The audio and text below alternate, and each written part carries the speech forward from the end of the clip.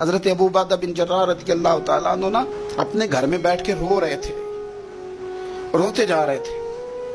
تو کسی نے کہا کیوں رو رہے ہیں؟ مسند امام احمد بن حنبل میں موجود ہے. فرمانے لگے نبی پاک علیہ السلام نے مجھے ایک دن کہا تھا کہ فتح ہو جائے گی، بڑے بڑے علاقے فتح ہوں گے، تو اپنے آپ کو سنبھال کے رکھنا.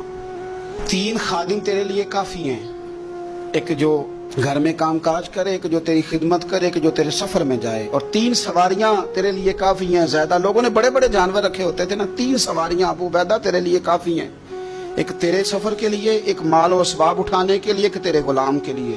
زیادہ مال نہ جمع کرنا. یہ بات کرتے ہوئے رو پڑے. فرمانے لگے ہم لوگ اس جگہ رہ نہیں سکے جہاں حضور نے کھڑا کیا تھا. میرا استبل گھوڑوں سے بھر گیا ہے اور میرے گھر میں غلام بھی زیادہ ہیں. حالانکہ صحابہ کہتے ہیں کہ کچھ ایسا نہیں تھا